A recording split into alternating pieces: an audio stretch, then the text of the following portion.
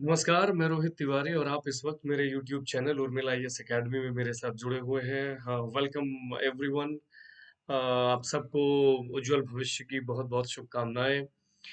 इस वीडियो पे मेरी आपसे चर्चा होगी एग्जाम पैटर्न पे। ये देख सकते हैं, ये जो जेएसएससी सीजीएल है, इस जेएसएससी सीजीएल का चूंकि अभी आपने देखा कि नई नियोजन नीति यानी जो पुरानी 2016 से पहली वाली जो नियोजन नीति है, उसी के तहत दोबारा से सारे एग्जाम्स लिए जाएंगे और बहुत जल्दी होपफुली अप्रैल महीने में ही आपको जेएसएससी सीजीएल का नोटिफिकेशन मिल जाएगा।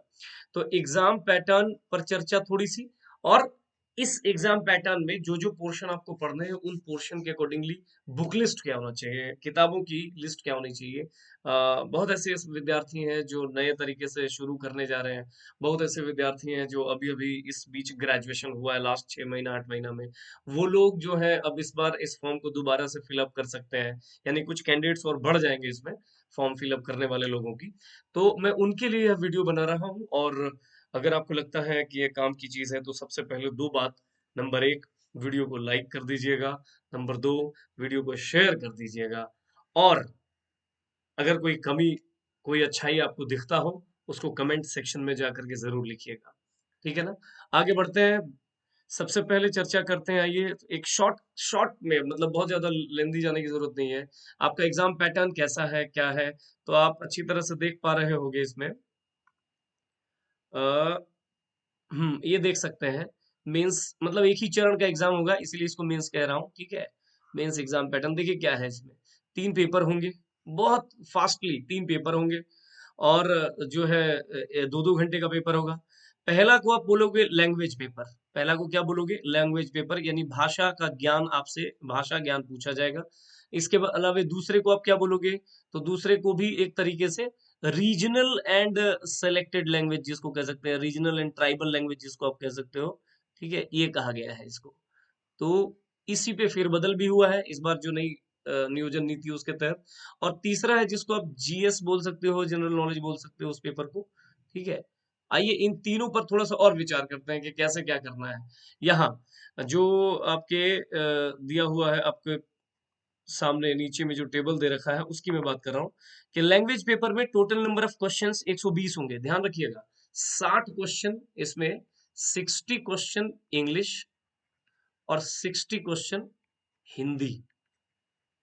ठीक है, ये लैंग्वेज पेपर में होगा, पेपर वन में ध्यान रखना है 120 क्वेश्चन। लेकिन ये जो पेपर होगा आपका लैंग्वेज वाला, वो होगा क्वालिफाइंग, क्वालिफाइंग पेपर होगा, राइट? तो ये भी ध्यान रखिएगा। नेक्स्ट है जो रीजनल लैंग्वेज है एंड जो ट्राइबल लैंग्वेज है, वो पेपर टू। इसमें टोटल 100 क्वेश्चन होंगे। अच्छा, मार्क्स कितना होगा? तो 120 है तो मार्क्स कितने हो जाएंगे? यानी एक क्वेश्चन कितना मार्क्स होगा? पर क्वेश्चन 1 into 3 मार्क्स है ना। तो 360 मार्क्स आपको यहाँ पे मिलेगा। क्वालिफाइंग पेपर है। 100 नंबर का, 100 क्वेश्चन इसमें रहेंगे, 300 मार्क्स इसमें रहेगा। 2 घंटे का पेपर ये भी है। और पेपर थ्री, जिसको आप जीएस बोलते हो, जीके बोलते हो, वो 150 क्वेश्चन उसमें रहेंगे, कैरी करेगा, और 450 मार्क्स का वो होगा। सारे पेपर 2-2 घंटे के होंगे। पहला पेपर बस ध्यान रखना है कि आपका क्वालिफाइंग है। दूसरा पेपर यहाँ पे, ये जो नई नियोजन नीति अभी आई, ये जो नई 2016 से जो पहले की नियोजन नीति आई, इस नियोजन नीति के तहत यहाँ पर क्या बढ़ गया? तो इंग्लिश, हिंदी, है ना, इस प्रकार इंग्लिश, हिंदी और शायद संस्कृत बढ़ा है ना। तो ये लैंग्वेजेस बढ़ गए हैं। तो या हिंदी और अंग्रेजी बढ़े हैं। ठीक है, तो कुल मिलाकर के यहीं पे थोड़ा सा फेरबदल है, बाकी चीजें नहीं। हालांकि ये भी कयास लगाए जा रहे हैं कि शायद कुछ कुछ सब्जेक्ट्स ऐसे हैं, जैसे रीजनल लैंग्वेज में खोटा हुआ, उसके उसके कुछ सिलेबस को घटाया जाएगा। परंतु यह केवल कयास मात्र है। अभी इसकी ऑथेंटिसिटी कुछ नहीं है, ये केवल सुनने में आ रहा है। अभी क्या होना है क्या नहीं कोई नहीं जानता। इसके बावजूद जो सिलेबस है हमारा ऑलरेडी पहले से जो डिफाइंड कोटा का, वो भी ऐसा कुछ नहीं है। हम चाहें बेहतर कर सकते हैं, उसमें थोड़ा सा मेहनत करना होगा। तो ये कुल मिलाकर के 1100 मार्क्स है ना, ध्यान रखिएगा। टोटल ये कहानी है। अब आगे ये एग्जाम पैटर्न है, इससे ज्यादा एग्जाम पैटर्न पे चर्चा नहीं। इसके बाद अगर जो चर्चा हो जाएगी, सिलेबस हो जाएगा। चलिए आगे बढ़ता हूं मैं, थोड़ा सा और अंदर आकर के। हाँ, अब जो है हमारी चर्चा होगी बुक लिस्ट पे कि आखिर किताबों की श्रेणी क्या होनी चाहिए, क्या कौन से वो बुक लिस्ट हो जिस पर हम चर्चा कर सकते हैं या जिसको पढ़ करके इस एग्जाम को दिया जा सकता है। देखिए, सबसे पहले जो क्वालिफाइंग पेपर है उसकी बात मैं नहीं करूंगा, दूसरे बाकी दोनों पेपर की बात करूंगा। तो सबसे पहले जो ट्राइबल या रीजनल जो लैंग्वेज है ना, लैंग्वेज उसकी बात कर रहा हूँ। यहाँ पे मैं आपसे बस इतनी सी बात कह दूं कि अगर आपका पेपर खोरठा है, खोरठा है, या आपका पेपर कुरमाली है, या आपका पेपर ऐसा ऐसा कोई भी हो, कुल मिलाकर के आप बात समझिए, या आपका पेपर हिंदी है, हिंदी चाहे कोई हो, कुछ भी हो, या अंग्रेजी है, जो तरीका होगा वो मैं आपको बता देता हूँ, जो जो मैटर आपको अपने पास रखना होगा। तो जरा सा समझ लीजिए। नंबर वन, जो भी किताब आपके पास आपके सिलेबस में जो भी मेंशन कर देगा, वो टेक्स्ट बुक आपका होना चाहिए, ओरिजिनल टेक्स्ट बुक। पहले तो ये गाइड बुक से पढ़ने की आदत छोड़ दीजिए मेरे दोस्त। इसीलिए मैं ये छोड़ने के लिए कह रहा हूँ, क्योंकि एक चरण का एग्जाम है, पास नहीं कर पाएंगे गाइड बुक पढ़ करके। तो सबसे पहले टेक्स्ट बुक, जैसे मान लीजिए खोरठा में टोटल 10-11 किताबें हैं, तो 10 से 11 वो बुक पतली पतली किताबें हैं, वो आपके पास होनी चाहिए, एकदम होनी चाहिए। उसके बाद का क्या करना है और क्या होना चाहिए आपके लिए? दूसरी बात, हर एक सेक्शन के लिए, हर एक किताब के लिए आपके पास ध्यान क्या रखना है, समझिएगा मेरी बात को, कि क्वेश्चन बैंक होना चाहिए, क्वेश्चन बैंक होना चाहिए। यानी आप जो किताब पढ़े, जैसे खोटा में एक किताब सोंद माटी पढ़े, तो सोंद माटी पे आपने 1000 क्वेश्चन भी पढ़ रखा है, हर एक सेक्शन का, चाहे वो कविता वाला भाग हो, चाहे वो कहानी वाली भाग हो, चाहे वो निबंध वाला भाग हो, चाहे वो व्याकरण वाला भाग हो, आपके पास you should carry the appropriate question bank for each and every section of your syllabus. ध्यान रखना है, क्योंकि MCQ practice is very very very important. मैं बहुत ऐसे बच्चों को जानता हूँ जो टेक्स्ट बुक पढ़ते हैं, क्वेश्चन आंसर प्रैक्टिस नहीं करते, 2 नंबर 4 नंबर कंफ्यूजन की वजह से बाहर हो जाते हैं सीन से। और बहुत ऐसे लोगों को जानता हूँ जो टेक्स्ट बुक नहीं पढ़ा लेकिन क्वेश्चन पूरा प्रैक्टिस करके गया, कम से कम ऑब्जेक्टिव टाइप नेचर वाले जो एग्जाम्स होते हैं उसमें वो अच्छा कर गुजरते हैं। तो ये बात ध्यान रखना है, ठीक है। ये दो चीज वेरी एसेंशियल। अब ये अलग बात है कि इसको पढ़ें कैसे, इसको पढ़ने का तरीका क्या होना चाहिए। तो पढ़ने के तरीके पर मैं अगले वीडियो पे आपसे चर्चा करूंगा। फिलहाल केवल बुक्स की मैं बात कर रहा हूँ, सारे टेक्स्ट बुक आपके पास होने चाहिए, क्वेश्चन बैंक आपके पास होना चाहिए, क्वेश्चन बैंक आपके पास होना चाहिए। बाजार में जो भी पब्लिकेशन सेट उपलब्ध कराता है, क्वेश्चंस उपलब्ध कराते हैं आपके इस रीजनल लैंग्वेज से रिलेटेड, सब आपके पास होना चाहिए और सब आप पढ़ के जाइए। और कैसे तैयार करना है, क्या करना है, अगले वीडियो पे मैं पक्की बात बता रहा हूँ। नेक्स्ट, अगले पे जब आप जाएंगे तो आपको जो पेपर थर्ड है, पेपर थर्ड मैं उसकी चर्चा कर दूं जरा सा। तो पेपर थर्ड में क्या पढ़ना है आपको, आपको पता है, पहले पहले तो ये जानना होगा कि पेपर थर्ड में पढ़ना क्या है। तो इस पे टोटल कुल मिला करके 6 सेक्शन है। आइए थोड़ा सा चर्चा कर देते हैं आपको। एक तो सेक्शन है जिसको आप जनरल जीएस कहेंगे, सामान्य अध्ययन कहेंगे, ठीक है। एक सेक्शन है जिसको आप मैथ्स कहेंगे, फिर रीजनिंग कहेंगे, 3 हो गया। चौथा जो सेक्शन है इसको आप साइंस बोलेंगे, साइंस के अलावा कंप्यूटर बोलेंगे, and the last but not the least very important, Jharkhand. ये 6 सेक्शन है। क्वेश्चंस इसमें कितने कितने पूछे जाएंगे, टोटल 150 क्वेश्चन है, अभी हमने बताया आपको 150 क्वेश्चन। देखिए, जीएस से 30 क्वेश्चन है, मैथ्स और रीजनिंग से यहाँ भी 20 है, और यहाँ भी 20 है, साइंस यहाँ भी 20 है, कंप्यूटर भी 20 है। कुल मिलाकर के कितना हो गया, और यहाँ से कितना हो जाएगा, देखिए ये 80 और 30 कितना हो गया, 110, और ये यहाँ से 40 क्वेश्चन झारखंड से। ये पैटर्न है। अब इसमें तय करना है कि बुक हमारे पास क्या होनी चाहिए। आइए मैं बात करता हूँ। सबसे पहले ध्यान रखिएगा, मैं एक एक सेक्शन को लेता हूँ। जीएस, जीएस के लिए कोई अप्रोप्रिएट बुक नहीं है आपके पास, कई सारी चीजें जीएस के लिए, तो थोड़ा सा इस पर विचार करता हूँ थोड़ी देर में। मैथ्स और रीजनिंग, देखिए सामान्यतः जो मैथ्स और रीजनिंग की कहानी है, तो आप बहुत ज्यादा डीप जा करके भी कुछ नहीं, आप आरएस अग्रवाल भी ले लेते हैं अगर है, तो वो भी आप पढ़ जाओगे, काफी है। और ध्यान क्या रखना है, मैथ्स के सिलेबस में आप जाइएगा तो पांचों सेक्शन से क्वेश्चन पूछे जाएंगे, यानी अरिथमेटिक, अलजेब्रा, इसके अलावा ज्योमेट्री, इसके अलावा ट्रिगोनोमेट्री, इसके अलावा मेंसुरेशन, चारों पांचों सेक्शन को तैयार करना है। रीजनिंग, एक बुक में आपका नाम दे देता हूं, अजय चौहान, अजय चौहान की एक किताब आती है, ले लीजिए। आपके सिलेबस में रीजनिंग वाले पोर्शन में जाइएगा, जो भी टॉपिक लिखा हुआ है केवल उन्हीं टॉपिक को जो सॉल्व्ड क्वेश्चन से सॉल्व कर लीजिए, और जो प्रैक्टिस करने के लिए दे रखे हैं प्रैक्टिस कर लीजिए। 20 में से 20 आपका सही हो जाएगा। अजय चौहान ध्यान रखना है, फिर भी अजय चौहान की किताब आती है। साइंस, यहां से एक मामला आपका फंसेगा। देखिए क्या करना है, सबसे पहले द वेरी इंपॉर्टेंट पॉइंट कि आप घटना चक्र घटना चक्र प्रकाशन का क्वेश्चन बैंक अपने पास रखेंगे। घटना चक्र प्रकाशन का क्वेश्चन बैंक विज्ञान का, साइंस का, पहली बात तो ये। और दूसरी बात, एनसीईआरटी सार आता है, जिस्ट आता है। अगर ये दोनों काम, एक तरफ एनसीईआरटी सार से काम कर लीजिए और दूसरी तरफ सारे तीनों पोर्शन का, फिजिक्स केमिस्ट्री बायो का, जितने भी चैप्टर जितने भी क्वेश्चन है उन सब क्वेश्चंस को कर डालिए। 20 में से 19 18 आप कर लेंगे, कोई दो राय नहीं इसमें।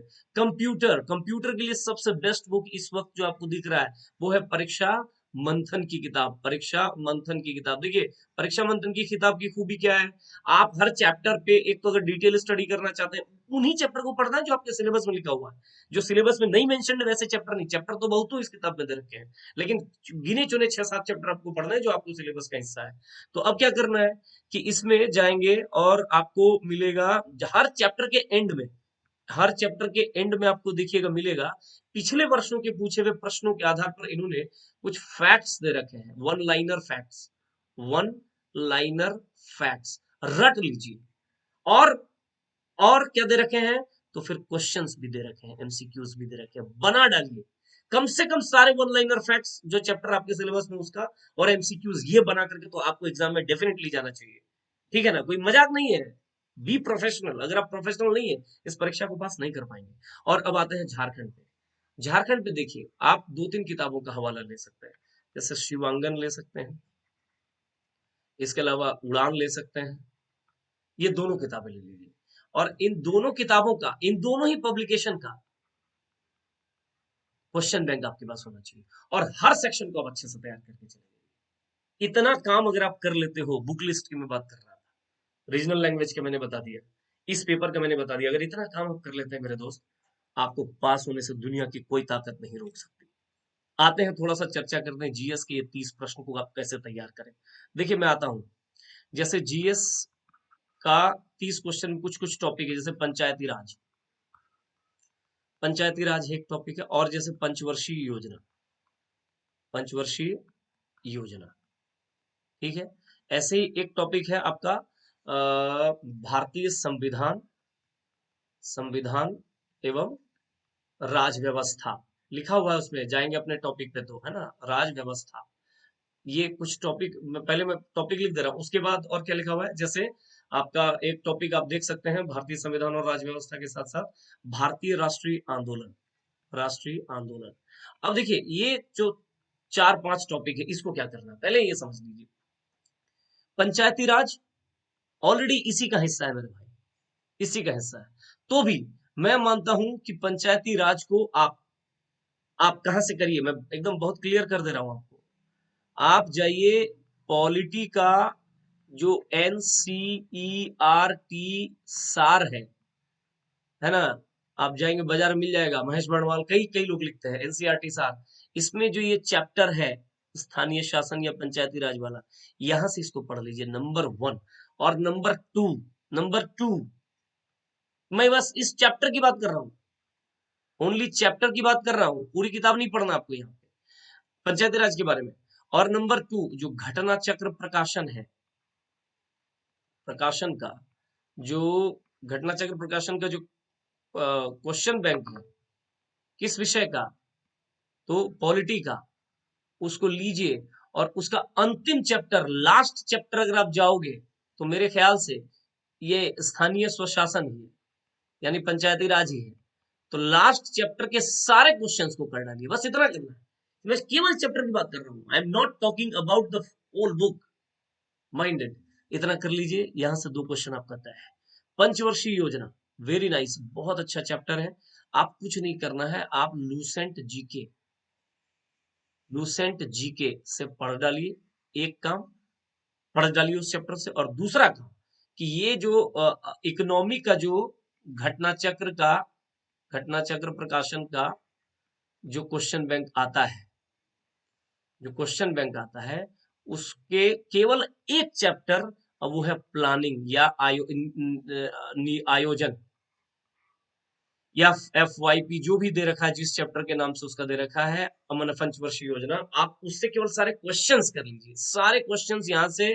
और लूसेंट जीके का केवल एक चैप्टर पंचवर्षीय योजना को तैयार कर लीजिए, ये दोनों काम आपका हो गया, बिल्कुल क्वेश्चन बीट नहीं होगा। भारतीय संविधान और राज व्यवस्था, कुछ नहीं, लूसेंट पढ़ के जाना है, वो भी लूसेंट का जीके, उतना पोर्शन पढ़ के जाइए, अगर हो गया तो हो गया, नहीं तो नहीं, ज्यादातर संभावना आपका यहीं से क्वेश्चन आ जाएगा। भारतीय राष्ट्रीय आंदोलन, कहीं पढ़ने की जरूरत नहीं है कुछ एक्स्ट्रा, सीधा सीधा घटना चक्र प्रकाशन, प्रकाशन, और वो भी घटना चक्र प्रकाशन का, वो भी जो क्वेश्चन बैंक है, और वो भी इतिहास का, इतिहास का जो मॉडर्न इंडिया वाला सेक्शन है, मॉडर्न इंडिया वाला सेक्शन है, और खास करके 1857 से लेकर के 1947 का हिस्सा, इसमें जितने भी क्वेश्चंस पूछे हुए, केवल क्वेश्चन आंसर तैयार कर लीजिए, सेक्शन आपका तैयार, क्वेश्चन बिट नहीं होगा, ये मेरा अनुभव पर भरोसा करिए, मेरी गारंटी है। इतना हो गया। कुछ चीजें इसमें आपको और पढ़ लेना है, क्या क्या पढ़ना है जरा देख लीजिए। जैसे आपका कुछ चीजें डायरेक्ट यूट्यूब से पढ़ना होगा, जैसे खेल खिलाड़ी, खेल खिलाड़ी, जैसे पुरस्कार, पुरस्कार है ना, जैसे पुस्तकें, कौन मतलब पुस्तक और राइटर, लेखक, ये आपको पढ़ लेना है। ये सब आपको ज्यादा बेहतर होगा यूट्यूब वीडियो, वीडियो। कुछ चीजें और हैं जैसे आप कर सकते हैं, जैसे देश, राजधानी, राजधानी और मुद्रा, कुछ नहीं, लूसेंट जीके का ज्योग्राफी वाला पोर्शन में जाइए, सारी चीजें दे रखा है, और पढ़ लीजिए वहां से एक चैप्टर के तौर पर। इस प्रकार मोटा मोटी मेजर पोर्शन जो आपका हो जाएगा यहीं से। ठीक है, और क्या है, जैसे भारत का प्राकृतिक भूगोल दिया हुआ है, तो अगर प्राकृतिक भूगोल पढ़ना है, ये एकदम लूसेंट जीके का जो ज्योग्राफी वाला पोर्शन है भारत का, प्राकृतिक भूगोल दे रखा है, 3-4 पेज में दे रखा है, हर एक लाइन एक क्वेश्चन बनेगा, थोड़ा सा बढ़िया से पढ़ लीजिए। और क्या है, जैसे एक है भारतीय कृषि और प्राकृतिक संसाधन, अगर ये भी चैप्टर इंपॉर्टेंट है, तो क्या करना है भारतीय कृषि और प्राकृतिक संसाधन में, तो आप आराम से जाइए, और इसमें भी आप चाहे तो एनसीईआरटी में है कहीं, किसी शायद 11th या 12th में ये चैप्टर है, मैं थोड़ा सा मिस कर रहा हूँ। तो एनसीईआरटी 11th या 12th में देखिएगा, एक प्राकृतिक संसाधन, नेचुरल रिसोर्सेज एक चैप्टर है, वहां से कर लीजिए। और भारतीय कृषि भी चैप्टर है, भारतीय कृषि कहीं नहीं करिएगा तो ये भी लूसेंट लूसेंट जीके से कर लीजिए, आपका काम हो जाएगा। तो ये सारे पोर्शन रहे, ये सारी बातें रही आपका जीएस से रिलेटेड, इससे रिलेटेड, ये 30 ही क्वेश्चन है, इसलिए मैं थोड़ा सा छांट दिया आपको, लेकिन इतना अगर आप करके चले जाते हैं, ठीक है, तो मान के चलिए कि आपका एक सीट तय है। तो चलते चलते, जाते जाते, अगर वीडियो पसंद आया हो तो प्लीज शेयर कर दीजिएगा, लाइक कर दीजिएगा, कमेंट कर दीजिएगा। बहुत बहुत धन्यवाद, नमस्कार।